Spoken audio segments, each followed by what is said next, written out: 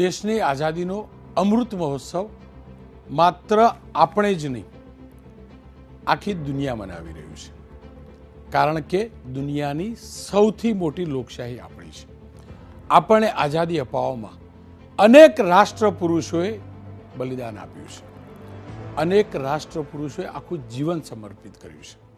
અને આ જીવન સમર્પિત કરવાના રાષ્ટ્ર પુરુષોની વાત કરીએ ત્યારે બાપુનું નામ, મહાત્મા ગાંધીનું નામ સૌરતે જ અગ્રિમ પંક્તિમાં આવે અને એટલે જ આપણે તેમને રાષ્ટ્રપિતા પણ કહીએ છીએ. પરંતુ એક વિવાદનો મુદ્દો અહીંયા શરૂ થયો છે. વિવાદ એ છે કે શું કોઈ કવિએ બાપુનું અપમાન કર્યું છે, એ પણ ગુજરાતની ભૂમિ પર? કેમ કે બાપુનો અભ્યાસ રાજકોટ થયો હતો અને રાજકોટની અંદર જ આ જ કાર્યક્રમ અંતર્ગત, આઝાદીના અમૃત મહોત્સવ અંતર્ગત જે કાર્યક્રમ યોજાયો હતો સૌરાષ્ટ્ર યુનિવર્સિટીમાં, તેની અંદર બાપુનું અપમાન થયાના આરોપ લાગી રહ્યા છે. અખંડ કાવ્ય મહાકુંભ યોજાયો હતો અને મહાત્મા ગાંધી વિશે વિવાદિત શબ્દ પ્રયોગોનો ઉપયોગ થયાનો આરોપ શિક્ષણ વિભાગના, યુનિવર્સિટીના શિક્ષણ વિભાગના ડીન એવા ડૉક્ટર નિદત બારોટે લગાવ્યા છે. તેમના પ્રમાણે કે જે કાવ્ય પઠન થયું, દેવકૃષ્ણ વ્યાસ નામના મધ્યપ્રદેશના કવિએ જે કાવ્ય પઠન કર્યું તેની અંદર બાપુનો જે રીતે રજૂ કરાયા છે તેમાં આપણા રાષ્ટ્રપિતાનું અપમાન થયું છે. હું શબ્દો એટલે નથી સંભળાવતો, આ કવિ જે કહી રહ્યા હતા એનો ઓડિયો સાથે છે, પરંતુ એટલે નથી સંભળાવી શકતો કે હું પણ હિન્દુસ્તાનના નાગરિક તરીકે, આઝાદ હિન્દુસ્તાનના નાગરિક તરીકે કવિ તો શું, મારા ઈષ્ટ દેવ પણ આ શબ્દોનો ઉચ્ચાર કરે ને તો મારા દેશ માટે અને મારા દેશના રાષ્ટ્ર પુરુષો માટે હું ન માની શકું ને કોઈ ન માની શકે. એટલે જે શબ્દો રજૂ નથી કરી રહ્યો, પરંતુ ભાવાર્થ આખો જે છે એના અંતમાં એક શબ્દ છે જે મને ખૂંચી રહ્યો છે અને તમામ હિન્દુસ્તાની ખૂંચે, એ કે અડધી આઝાદી. બાપુએ આપણને અડધી આઝાદી અપાઈ ના, આપણને સંપૂર્ણ આઝાદી મળી છે, એ હકીકત છે. ખેર, આ વિવાદ કેમ થયો, વિવાદને આખો સમજવો જરૂરી છે.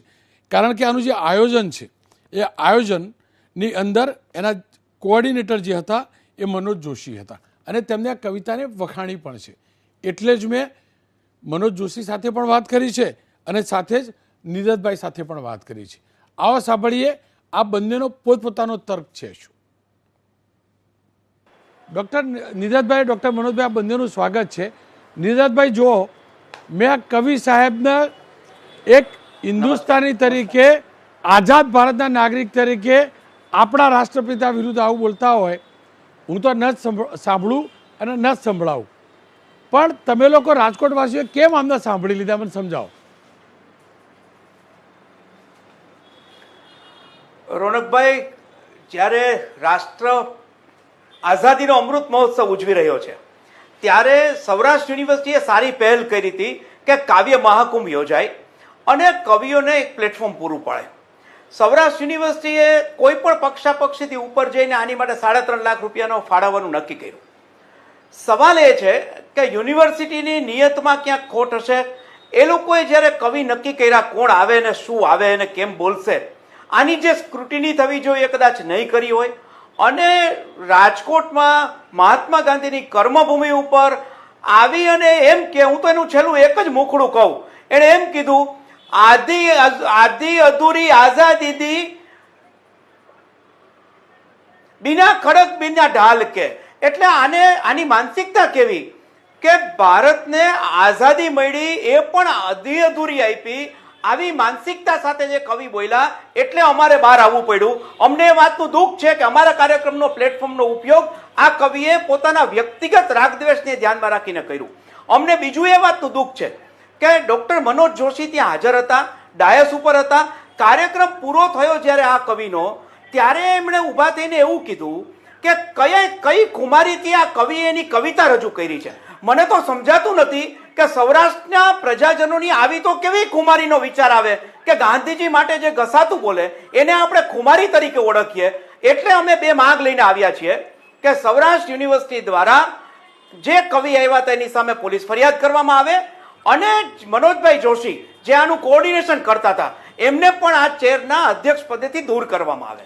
જી મનોજભાઈ આપની પાસે જ બેઠા છે. મનોજભાઈ, જો બાપુની કાર્યશૈલી કોઈને પસંદ હોય કે ન હોય, પણ એ હકીકત છે કે આપણા દેશના રાષ્ટ્રપિતા છે, દુનિયા આખી માને છે એમને, જે દુનિયાને રસ્તો બતાવે છે આખું આપણે તમામ લોકો માનીએ છીએ, દુનિયા માને છે, પણ એ બાપુ માટે આવું કોઈ બોલનાર નહીં. આપણે ખુમારી કેવી રીતે કહી શકીએ? એક પત્રકાર, એક લેખક, એક કવિને વાણી સ્વતંત્રતાનો અધિકાર છે, પણ આપણા રાષ્ટ્રપુરુષો માટે કોઈ પણ પ્રકારની દુર્વાણીનો તો કોઈ ભારતીયને અધિકાર ન હોય ને.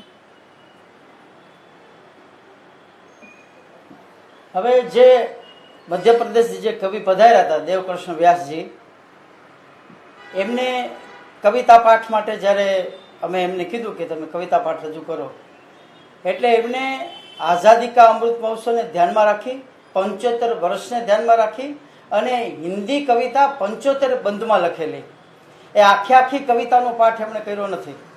એમાંના કેટલાક પસંદ કરેલા બંધ એમણે પ્રસ્તુત કર્યા હતા. હવે મારી દ્રષ્ટિએ એમણે જે કવિતા રજૂ કરી છે એમાં એને સુભાષ પક્ષ અને ગાંધી પક્ષ એ રીતે કવિતાનો અર્થ છે. આપણે ઘણી વખત કવિતાના માધ્યમથી કવિ જે કવિતા રજૂ કરે એના અર્થોને જુદી રીતે અર્થઘટન આપવાના પ્રયત્નો કરતા હોઈએ છીએ. મારી દ્રષ્ટિએ એક અધ્યાપક તરીકે, કવિના ભાવક તરીકે એમણે ગાંધી પક્ષ અને સુભાષ પક્ષ રજૂ કર્યો છે. એમાં એને ગાંધીની ટીકા નથી કરી, પણ એમણે કહ્યું કે સુભાષચંદ્ર બોઝ જે ભાવથી રાષ્ટ્રપ્રીતિ માટે, રાષ્ટ્ર માટે જે સમર્પણ કરી રહ્યા હતા, તો સુભાષ બાબુનો પક્ષ અલગ હતો, સુભાષ બાબુની વિચારસરણી અલગ હતી, ગાંધીજીની વિચારસરણી અલગ હતી. એટલે એ રીતે એને કવિતામાં સળંગ 75 કવિતાના બંધ રજૂ નથી કર્યા. એ સળંગ કવિતા આપણે જ્યારે જોઈએ ત્યારે આપણને ખ્યાલ આવે કે સમગ્ર રાષ્ટ્રના શહીદોમાં જે ભારતની આઝાદી માટે, ભારત રાષ્ટ્ર માટે સમર્પણ આપ્યું છે, એવા અગણિત અસંખ્ય નામી અનામી શહીદોના નામે એમણે કવિતા લખી છે. એટલે એમાં એને ગાંધીજીનું અપમાન કર્યું હોય એવું કઈ હું અનુભવતો નથી. જો અને સુભાષ એને ગાંધીજીનો પક્ષ લીધો છે ને સુભાષનો પક્ષ લીધો છે. નહીં, એટલે કોઈ પણ કવિ નહીં. આપણે જે કીધું ચલો, કે એ વાણી ભૂલી જઈએ. સ્વાતંત્ર્ય અને કાવ્ય મનોજજી. સ્વાતંત્ર્ય હોય જ, બરાબર. જોશી સાહેબ ભૂલી જાઉં, ચલો. હા. પણ જી. એ એવું તો બોલ્યા છે ને અધૂરી આઝાદી મળી. મને સમજાવો ને, આ કોનો પક્ષ? મારો દેશ સંપૂર્ણ રીતે આઝાદ થયો છે. કોઈને એ કહેવાની હિંમત કેવી રીતે થાય અધૂરી આઝાદી મળી? બિલકુલ. જો ભાઈ, એ કવિતાના ભાવ પક્ષ તરીકે ને કવિતામાં પોતાનું વ્યક્તિગત મત રજૂ કર્યો છે, સાર્વત્રિક મત રજૂ નથી કર્યો. પણ એમ સાર્વજનિક કહ્યું કે પ્લેટફોર્મ આ પરથી જે કરે ને. અધૂર- એમને અધૂરી સાર્વજનિક આઝાદી પ્લેટફોર્મ જે પરથી કરે ને. મારી વાત સાંભળો. હા, પણ કવિ તો સ્વતંત્ર છે ને, એને પોતાની જે ઉર્મિ છે, એનું જે સંવેદન છે, એનું જે ફિલિંગ છે, એને એમ કીધું છે કે જે અધૂરી આઝાદીની આપણી ખ્વાહિશ હતી એમાં સુભાષ બાપુનું સૈન્ય, સુભાષ બાપુના સેવકો, સુભાષ બાપુના સ્વયંસેવકો, એની જે બટાલિયન હતી એ પણ આમાં સામેલ થઈ. એ ભાવ હતો એમાં. નહીં, નહીં, જુઓ. બિલકુલ રોનકભાઈ, એવું હતું જ નહીં. જી. જો હું 2-3 મુખડા કહું.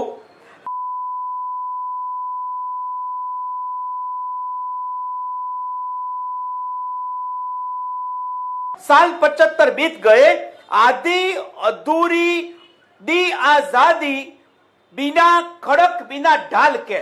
આમાં ક્યાં બીજી વાત જ આવે છે? બહુ સ્પષ્ટ કહે છે કે જ્યારે મશાલની જરૂર હતી ત્યારે તમે ચરખો લઈને બેઠા હતા, જ્યારે બ્યુગલની જરૂર હતી ત્યારે તમે બીન વગાડતા હતા, અને એમ કહે છે કે આઝાદી અધૂરી. કોઈ સંજોગોમાં આઝાદી અધૂરી નથી. આવી સ્વતંત્રતા હોય તો એને એની ઘરે કહેવું જોઈએ, એના ઘરે જઈને જે બોલવું હોય બોલે. સૌરાષ્ટ્ર યુનિવર્સિટીના વિદ્યાર્થીઓના લાખો રૂપિયાના ખર્ચે આપણા પ્લેટફોર્મ ઉપર આવીને એને કોઈ બકવાસ કરવાનો અધિકાર નથી. આ કવિની ઉર્મિઓ ન હોઈ શકે. આ સૌરાષ્ટ્ર અને ગુજરાતના લાખો ગુજરાતીઓનું અપમાન છે. નિરજભાઈ, આપ જે બોલ્યા ને, કેમ કે હું ફરીથી કહું, હું જ્યારે ટેલિકાસ્ટ આ કરું છું એ વખતે આ શબ્દોને મ્યુટ કરીશ, કારણ કે એ કવિ જે બકવાસ કર્યો કે જે બોલ્યા એ, હું છેલ્લો જે શબ્દ છે એ ચોક્કસથી પ્લે કરીશ. આપ બોલતા હશો કે મ્યુટ કરીશ. સ્પષ્ટતા કરું છું, ટેલિકાસ્ટ મારો દર્શક એ સાંભળી નહીં શકે, કારણ કે હું પણ ના સાંભળી શકું. પણ જોશી સાહેબ, ના, એટલે મેં આપને એટલે સંભળાવવા માટે જ મેં કીધું. જોશી સાહેબ, મારો સવાલ છે આ રહ્યો અને રહેશે.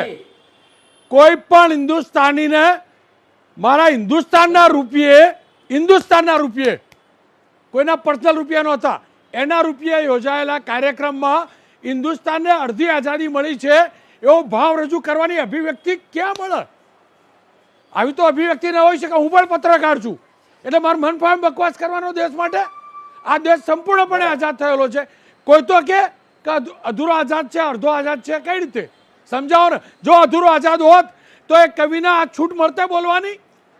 એટલે એક કામ થઈ શકે, દેવકૃષ્ણ વ્યાસજી જે કવિ તરીકે આવ્યા હતા મધ્યપ્રદેશથી, એમનો આપ સંપર્ક કરીને આખી કવિતાનો ભાવ એ કવિ પોતે જ સમજાવી શકશે કે ભાઈ આ કવિતા મેં 75 બંધમાં લખી છે, આઝાદી કા અમૃત મહોત્સવને ધ્યાનમાં રાખીને લખી છે. એટલે આખી પૂર્વાપર સંદર્ભ છે ને એ તમને કવિ સમજાવી શકશે. ખેર, એ જ કવિ આપણી સાથે જોડાયા છે. देवकृष्ण व्यास जी हमारे साथ जोड़ाए हैं. देवकृष्ण जी, आपका स्वागत है. देखिए, आपने तो कविता का पठन किया राजकोट में, अब उसको लेकर विवाद भी हुआ है. राजकोट के सौराष्ट्र यूनिवर्सिटी के शिक्षा विभाग के डीन कह रहे हैं कि आपने बापू का अपमान किया है, जबकि जो आयोजक है उनका कहना है कि नहीं, अपमान नहीं हुआ है. नहीं, आप कहना क्या चाहते थे समझाइए. करते कैसे अपमान कर सकते भैया? क्योंकि आपने जो कविता पठन किया उसमें आपने आधी आजादी दिलवाई उन्होंने, ऐसा आपने शब्द यूज किया. मुझे यही जानना समझना था कि आधी आजादी कहाँ हुई? आधी आजादी से मतलब देश का बंटवारा हुआ ना भाई साहब. देश का बंटवारा हुआ, लेकिन बापू ने तो पूरा देश को आजाद किया. सभी जितने भी पूरे देश स्वतंत्र को, पर सेनानी उस वक्त बंटवारा भी तो हुआ ना देश का. ये भाव है मेरा. नहीं, आप कहना चाहते थे कि बापू के चल के बंटवारा हुआ? नहीं, ऐसा नहीं है. अभी हमें अधूरी आजादी 1947 में मिली है, देश का बंटवारा हुआ. हम चाहते हैं कि अखंड भारत हो जाए. लेकिन आपने बाकी चीजें भी जो बोली और जिनको लेकर निदत बारोट जो है यूनिवर्सिटी के शिक्षा विभाग के डीन है, उन्होंने सवाल उठाए, क्योंकि आपने जिस प्रकार से जो मैंने ऐसा कोई वाकया नहीं बोला जिससे ऐसा कोई बात नहीं बोली मैंने जिससे बापू को कुछ कहा हो. बापू तो हमारे सबके लिए सम्मानीय है. आप क्या मानते हैं? देखिए, देश तो मानता है, और मैं पत्रकार हूं, आप कवि हैं. आप क्या मानते हैं बापू की जो भी भूमिका रही है आजादी में? बापू की, मैंने तो उनको बोला है कि आजादी के नायक थे वो. उस कविता में को पूरा सुने आप. अच्छा, आखिरी शब्द तो खलनायक शब्द करके भी आपने इस्तेमाल किया. खलनायक मैंने जिन्ना को बोला है जी. खलनायक जिन्ना को बोला है. पूरी कविताएं तो सुने आप. अब पूरा हार समझा दिया, क्योंकि जिससे दूसरा भावार्थ न जाए. मैं आपको जोड़ भी उसके लिए रहा हूं, क्योंकि ये विवाद हुआ है. यूनिवर्सिटी के वाइस चांसलर ने भी कहा कि मैं पूरी बात समझूंगा. उसके लिए मैं आपसे समझना चाहता हूं. पंक्तियां पढ़िए कि एक हट धर्मी था जिन्ना तो उसकी बातें मानी को आजादी के नायक थे तुम, कैसे खलनायक जीत गए. ये बोला है, आजादी के नायक थे तुम, कैसे खलनायक जीत गए. मतलब जिन्ना, देश का बंटवारा किया जिसने. ये भाव है मेरा. यानी कि आप ये कहना चाहते हैं कि बापू ने जिन्हा की बात मानी? नहीं, ऐसा नहीं कह रहा हूँ. ऐसा नहीं कह रहा हूँ मैं जी. ऐसा नहीं कह रहा हूँ. आजादी के नायक तो बापू थे, लेकिन खलनायक जो थे, जीत उनकी हो गई, देश का बंटवारा हो गया. ये मेरा भाव है. एक सर आखिरी सवाल, जी. और मैं कतई नहीं चाहता हूं कि किसी भी किस्म का गलत संदेश जाए. जी जी जी जी, जी. आप, मैं भी यही चाहता हूँ. आप जो भी कहना चाहते थे कवि सम्मेलन में, क्या कहीं एक भी शब्द या एक भी भाव, क्योंकि मैं पूरा नहीं सुन पाया था, मेरे पास छोटा सा पीस आया था, तो मैंने पूरा सुनाया भी नहीं मेरे दर्शकों को. तो आपसे ही मैं समझना चाहता हूं कि एग्जैक्टली जिन्ना वाला पोर्शन को छोड़ के उसके पहले भी आप क्या कुछ कहना चाहते थे? बात यही कहना चाहते हैं कि हमें जो 1947 में आजादी मिली, देश के बंटवारे के साथ मिली, और हम सबकी भावना है कि वापस वो एक हो जाए. ये उसका भाव है. अधूरी आजादी का मतलब मेरा ये है. अच्छा, आपने कुछ, क्योंकि मैं जो आयोजक थे उनसे भी बात कर रहा था, कोऑर्डिनेटर से, तो आपने कुछ सुभाष जी और बापू की दोनों की कोई कहीं पर तुलना करने का प्रयास किया हो? हाँ, ये सुभाष जी सुभाष का उपवास उड़ाया और नेहरू जी से मोह किया. ये थोड़ा सा तो जमाना कह रहा है. ये उसमें पंक्तियां हैं. सुभाष जी को भी उतना ही वेटेज मिलता है इतिहास में जितना अन्य लोगों को मिला है. ये मेरा भाव था उसके. नहीं, लेकिन ये कहना कि आपने नेहरू से मोह किया, सुभाष जी से उपवास उड़वाया, कहीं आप हाँ, ये तो जग जाहिर है ना भाई साहब। जग जग जाहिर, देखिए आप कहते हैं बराबर है, लेकिन आप उसके लिए बापू को जिम्मेदार तो नहीं मान सकते हैं ना। नहीं, वो बापू संजोग को- रहा होगा, नहीं, ना तो बापू मैं के लिए जानता हूँ थोड़ी कहा है तो ये बापू के लिए थोड़ी कहा है, ये तो पूरे विचार के लिए है। हेलो क्या- हेलो। अच्छा, आपने ये भी कहा कि जब मिसाल की जरूरत थी चरखा चलाया। आप भी जानते हैं, मैं भी जानता हूं कि नहीं, अहिंसा मैंने- का जो हाँ, आंदोलन रहा, बिल्कुल बिल्कुल, दुनिया वो मानती चरखे पे है। ही था, पर मैंने कहा कि चरखे के साथ मशाल को भी उतना ही महत्व मिलता तो और ठीक रहता। नहीं, लेकिन आपने ये कहा कि जब मिसाल की जरूरत थी आपने चरखा चलाया। आप और मैं कौन होते नहीं, बापू को बोध देने वाले? नहीं नहीं नहीं भाई साहब, नहीं भाई साहब, मैंने बापू के लिए नहीं कहा ये। चरखे के साथ अगर मशाल भी होती तो और अच्छा होता, ये भाव है मेरा। ठीक है, आपका कोई भाव, मैं फिर से बोलता हूं आखिरी शब्द, कोई भाव हमारे राष्ट्रपिता के बारे में और नकारात्मक था राष्ट्रपिता का पूरा सम्मान करते हैं, श्रद्धा करते हैं भाई साहब।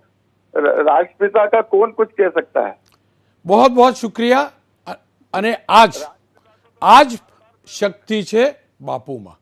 બાપુ શબ્દમાં શક્તિ છે અને એટલે જ મોહનદાસ કરમચંદ ગાંધી નામ નહીં, તેમને રાષ્ટ્રપિતા મહાત્મા કરમચંદ ગાંધી તરીકે માત્ર આપણું હિન્દુસ્તાન નહીં, દુનિયા ઓળખે છે. હું આખો હાર્દ સમજી નથી શક્યો કારણ કે કવિ સંમેલનમાં હું નહોતો.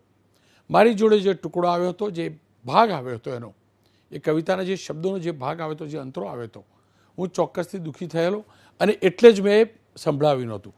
પણ એવું કહેવું બાપુની તુલના ક્યારે કોઈની સાથે ન હોઈ શકે અને આખી દુનિયાએ માન્યું છે કે ચરખાના બદોલત, એ ચરખામાં, એ અહિંસામાં શક્તિ હતી, એના કારણે આપણને આઝાદી મળી છે. સુભાષજીની જે મહેનત હતી, જે જનૂન હતું, તેને પણ સલામ. અનેક સ્વાતંત્ર્ય સેનાનીઓને પણ સલામ. બાપુને પણ સલામ, બાપુને પણ વંદન. કેમ કે 15મી ઓગસ્ટ આવી રહી છે, ત્યારે અંતમાં એટલું જ કહીશ, દેશની આન બાન અને શાન સમો તિરંગો પક્ષાપક્ષી ધર્મ સંપ્રદાય તમામને બાજુમાં મૂકીને આપણે આપણા દિલમાં જેમ રાખીએ છીએ 365 દિવસ, તેમ માન સાથે, ગૌરવ સાથે ફરકાવીશું.